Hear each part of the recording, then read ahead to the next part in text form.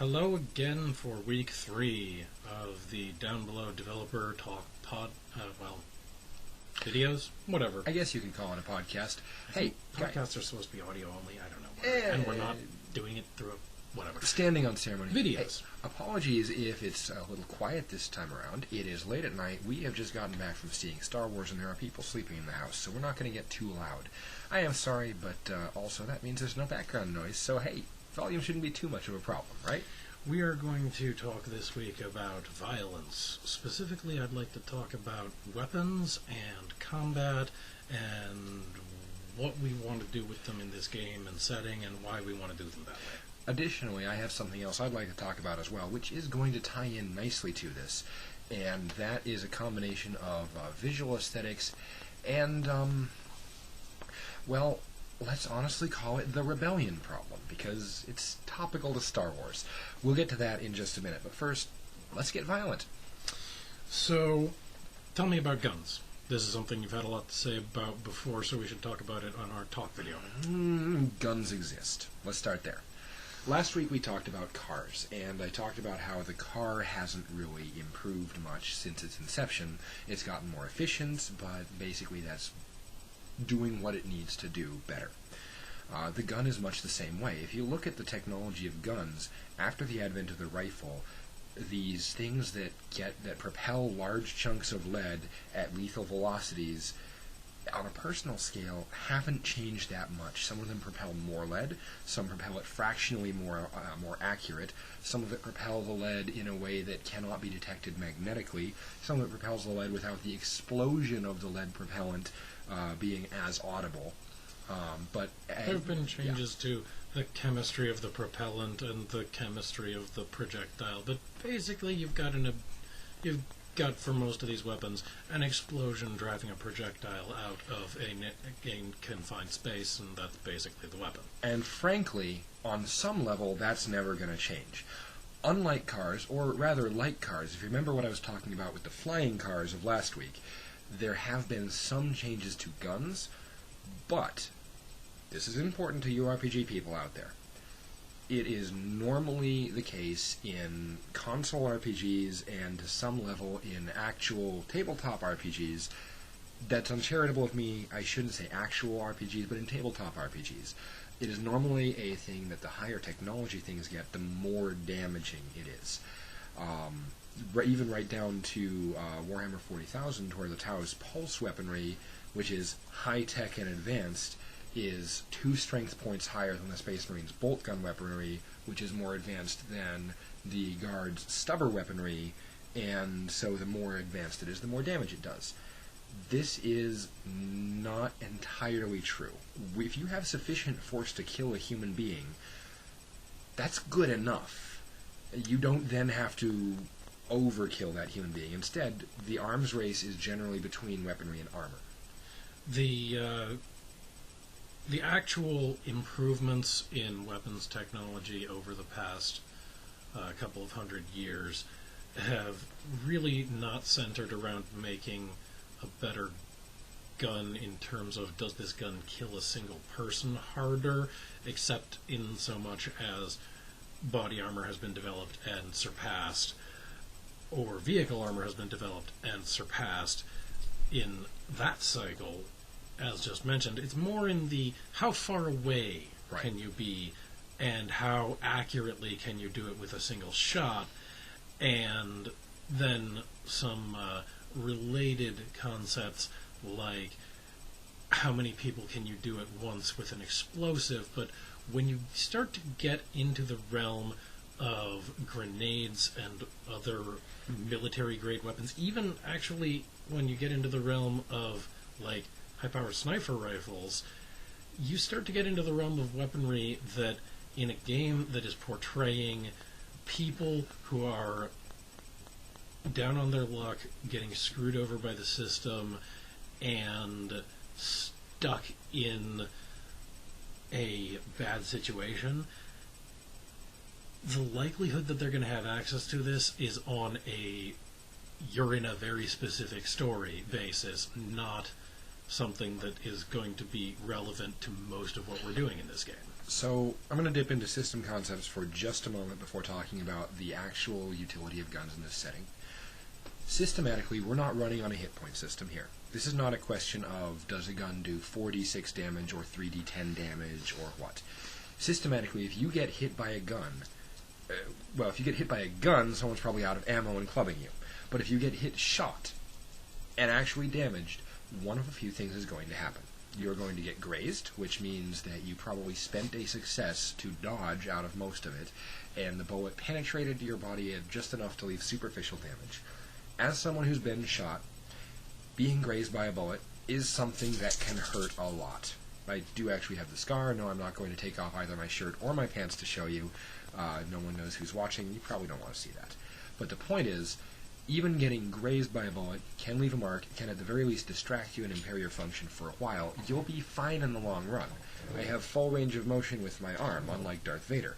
But it hurt, and it was a couple of weeks before I could really move my arm. It tore the muscle. Just no serious damage. Option 2, if you did not get grazed, you are probably wounded. If you get sufficiently shot, whether it's one bullet or several, to do serious damage, you're probably out of the fight, even if it's not fatal. If it causes organ trauma, you could be out of the fight for a good long time, even if you're not fatal. So let me say the way that we handle this and the way that we handle all potential injury. Third possibility, Okay, you get shot in the right place, kaput. Yeah, that's sort of implied. I had to say it. Yeah. So there's two ways that we handle any of these possibilities. There's the way that it works for PCs, which is the GM tells you up front what's on the table, and you either can use enough successes to downgrade it or get out of it, or you can't, and then you take or you don't choose to, and then you take the consequences of either your choice now or your earlier choices that led you to not being able to. So then there's how we deal with it for NPCs, and the NPCs deal with it by the GM deciding how challenging is it supposed to be in the story to actually cause problems for this NPC. And if it's supposed to be really challenging, then you might spend success to try and shoot the guy and only graze him. But if this NPC is not supposed to be a particular challenge, you might spend a success and completely take him out of your way, because regardless of whether you killed that person or not, which you might get to narrate as the player based on what you wanted to do, you have convinced that person by shooting them, or maybe even just shooting at them, that they don't want to do whatever it was they were doing to stop you. So what this boils down to is that we don't actually treat combat as a special case. We treat it as one of many different situations which can present a set of challenges that players can choose to use their successes to overcome. So, another behind the scenes. This is not the finished document that I'm talking about here, but one of my design documents rated every potential obstacle from 1 to 5. The rating was simply how many successes you had to spend to eliminate them as challenges before they were resolved. A rating 1 success, you needed to spend 1 success to completely mitigate it, and then upon resolution there would be no more challenge. A rating 5 would take a whopping 5 successes out of your pool, and if you managed to spend all 5 before the resolution happened, you would suffer no consequences. If you could only spend 3 for whatever reason, let's say you had a total of 8 successes left to spend, and there was a rating 5 boss and 2 to 3 rating 1 mooks there, and you decided it was better to suffer the consequences from 1 reduced boss than 3 mooks shooting you, possibly the thing, you would reduce, let's say you only had 3 to spend, you'd reduce that 5 to a 2, and then suffer the consequences. And this is still basically the case. Our scale is now sitting more at around 1 to 7 instead of 1 to 5, but it's the same concept. But the point is that, and similarly, this also proves that multiple problems can be in the same scene. You can have Darth Vader sitting there at rating 7, 3 bounty hunters each at rating 5, and a horde of stormtroopers, 20 of them each at rating 1, and have to decide where are we going to spend our successes to mitigate this. And here's why we don't call it combat as a separate rule, because the bounty hunters, you might be able to spend money to get a success and at least make them consider, maybe I could get better pay by not capturing this guy. The stormtroopers, you probably have to, do something action-oriented, because you're not going to convince them not to go after you, but you might not have to shoot them. You might be able to close them off behind a blast door. That would take up a number of successes equal to the number of stormtroopers, but it's not directly combative. And then again, maybe you kind of have to shoot them. Maybe. Darth Vader, on the other hand, while you could duel him with combat and lightsaber or force powers or whatever you have for successes, you might also be able to convince him that there is still good in him, let go of his hate.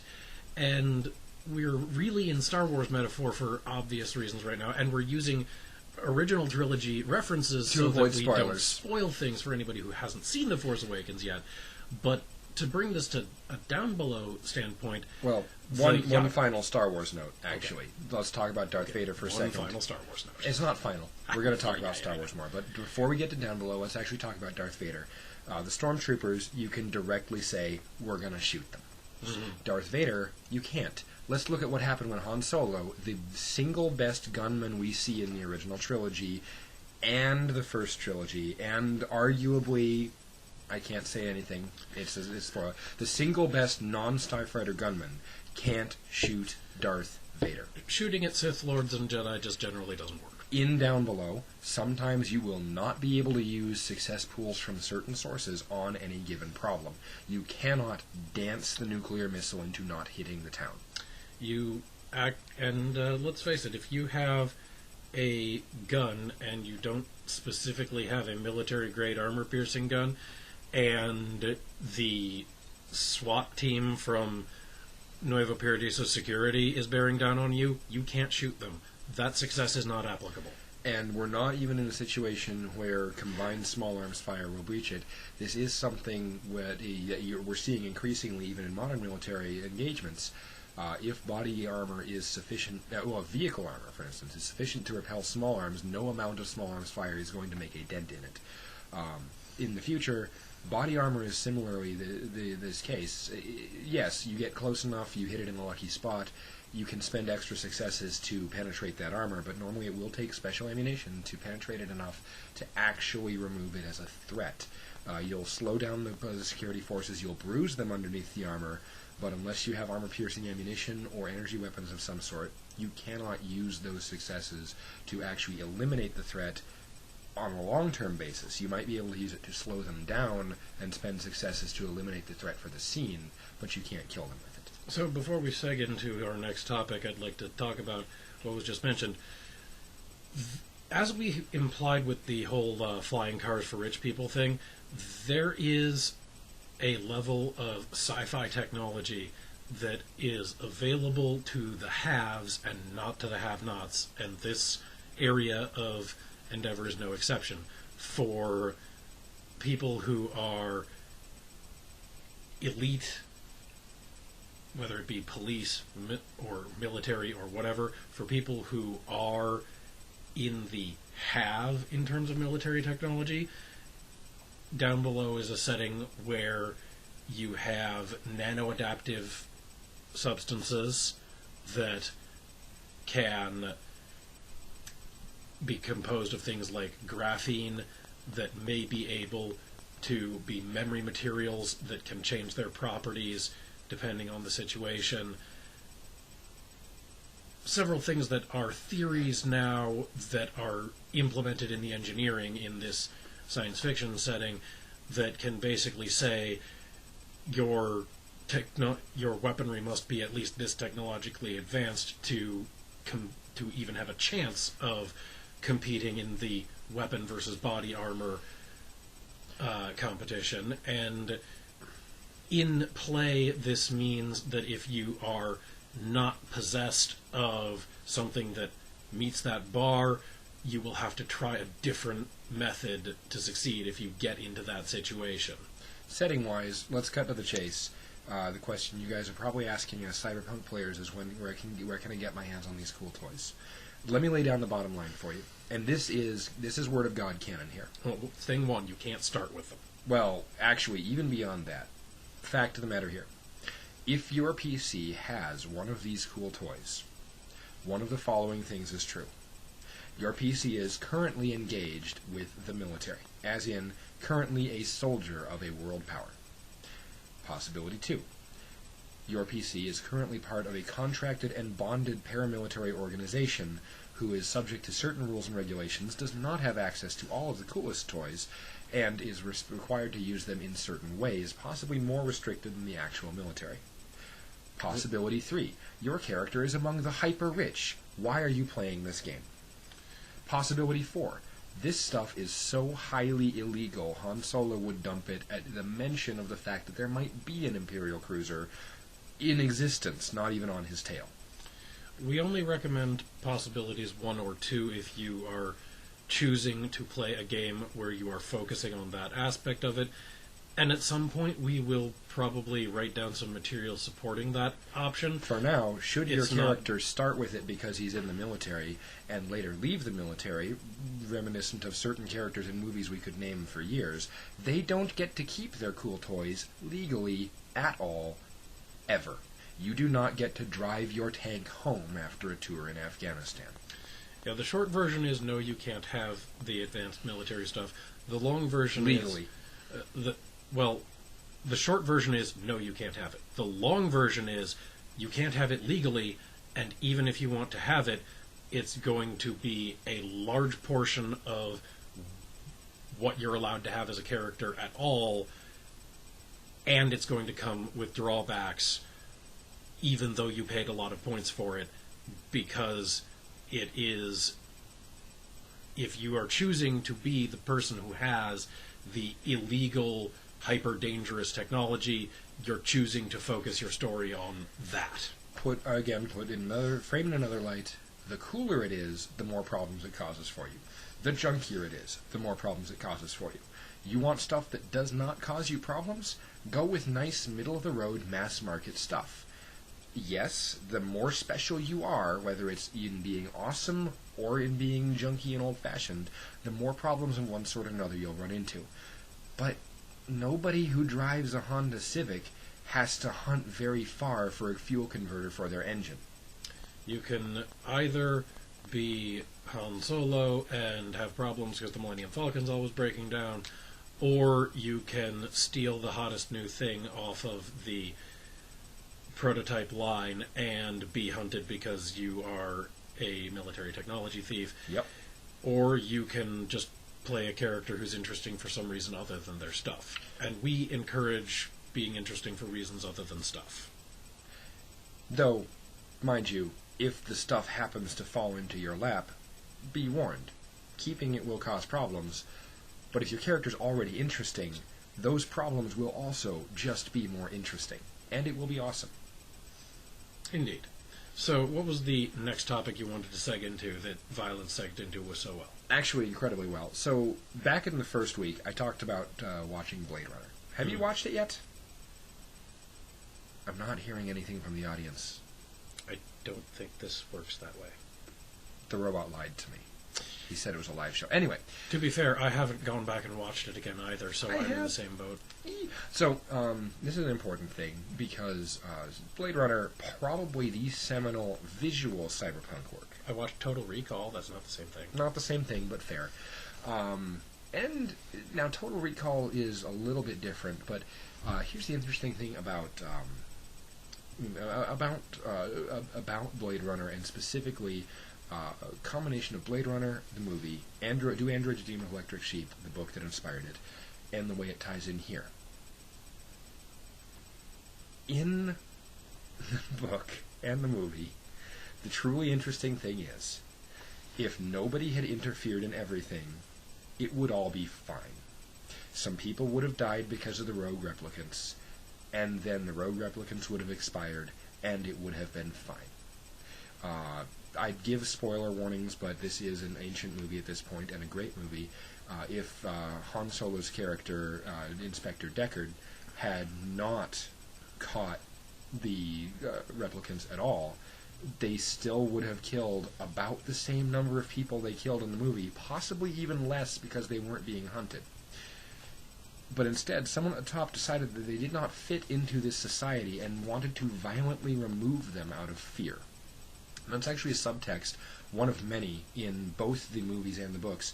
The book goes into a very weird, wonderful but weird, quasi-religious fascination with what is real versus what is replicated. And I'm not actually going to go into that here. The movie, on the other hand, is a very well-executed example of violence on a street level. Deckard is not a highly trained kung fu master. He is not nowhere near the level of even your standard RPG protagonist that you'll see most people build. He is a bit more fit than your average human. He has access to a giant police handgun, and none of that really does him any good in his quest to retire the replicants. He is forced into close quarters. He is forced into fairly brutal hand-to-hand combat, and when Han Solo is going up against Rutger Hauer, I know who's going to win. But at the end of it all, the interesting thing is, it's unnecessary. All of the violence, all of the pain, all of the struggle, in the climactic scene,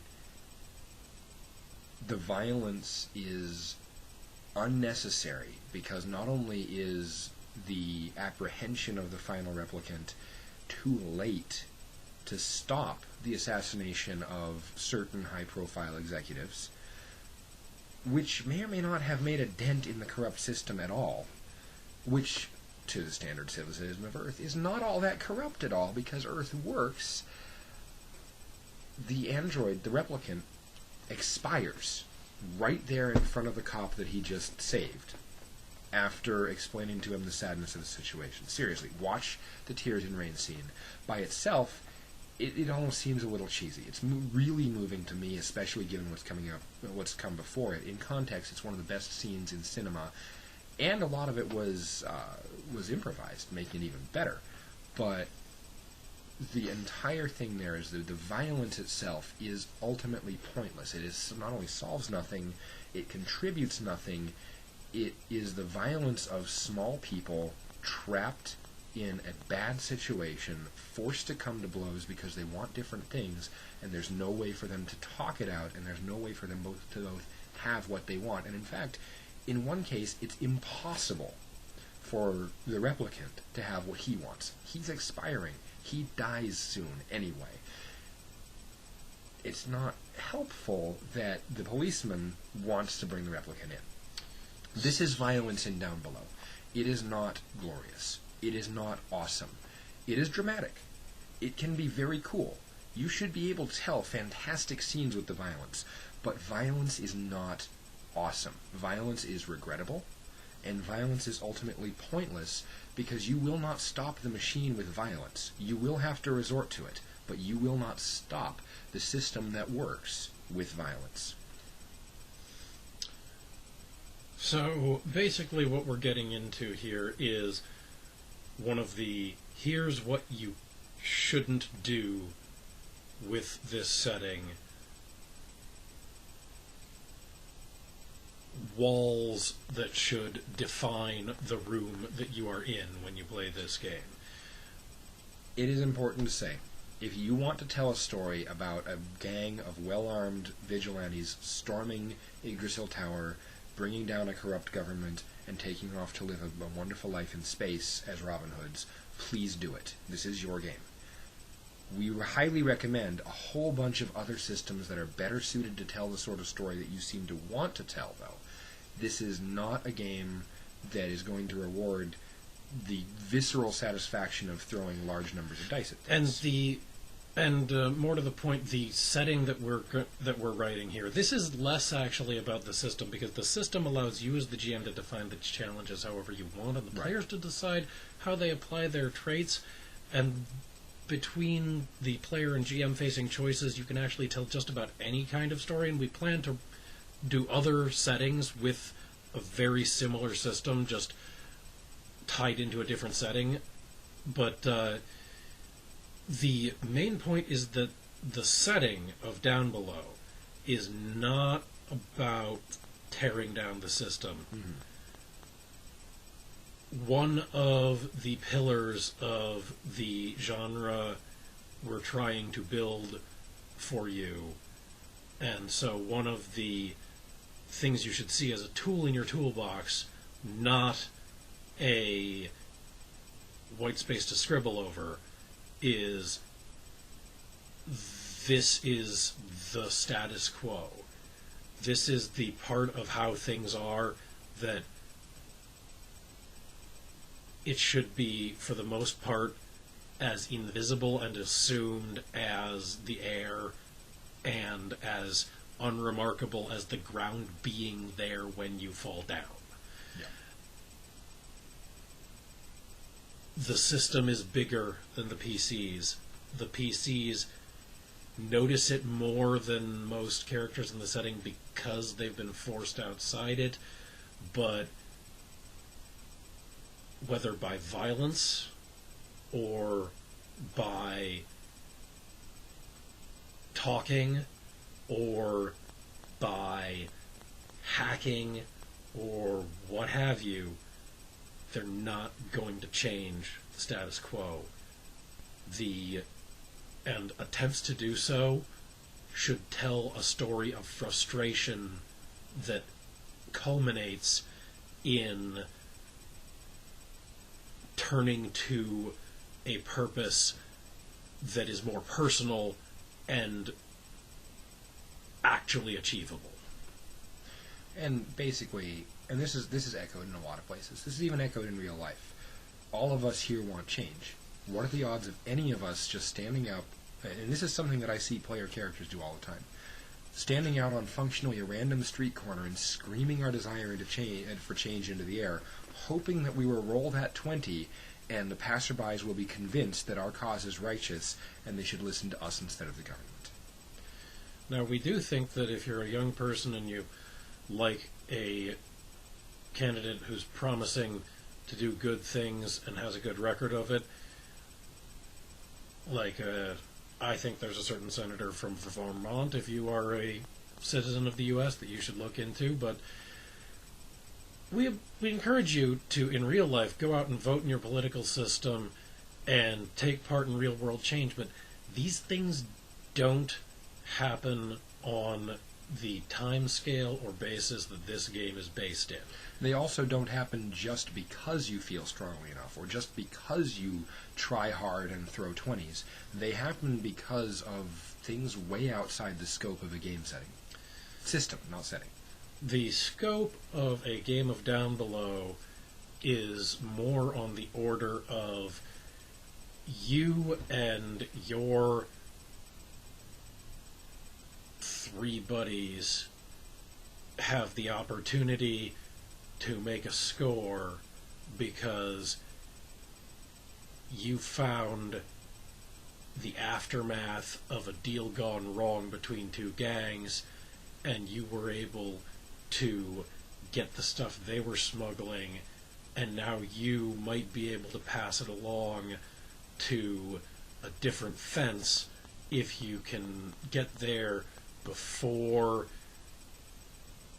anyone from either of those gangs finds out you have it, and then everything goes wrong when your buddy Jimmy gets a call from his ex and she's in trouble and she needs help, and maybe you got the money and maybe Jimmy's going to ask you to help with the money and you owe him because of before, or maybe she needs what you're smuggling now, but that means you're going to have to take a risk.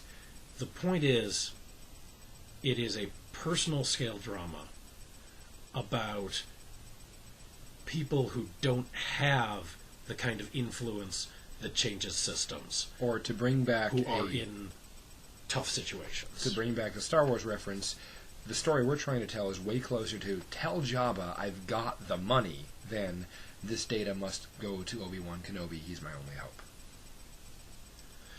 And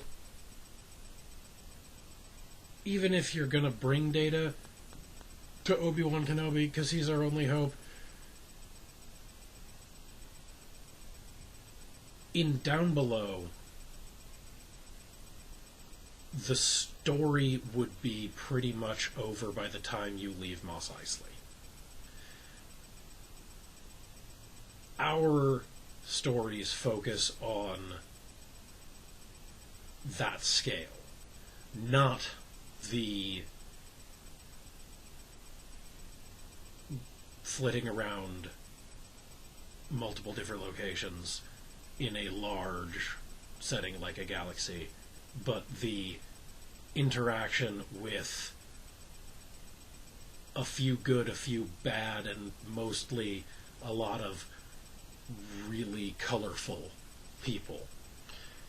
So that brings us nicely to what I want to talk about next time.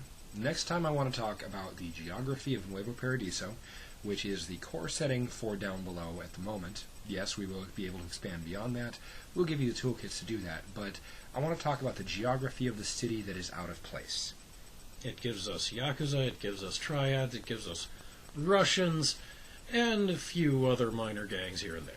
And it also gives us plenty of places to stage things, and you'll see when I talk about it just why guns aren't always the answer that role players like to make them.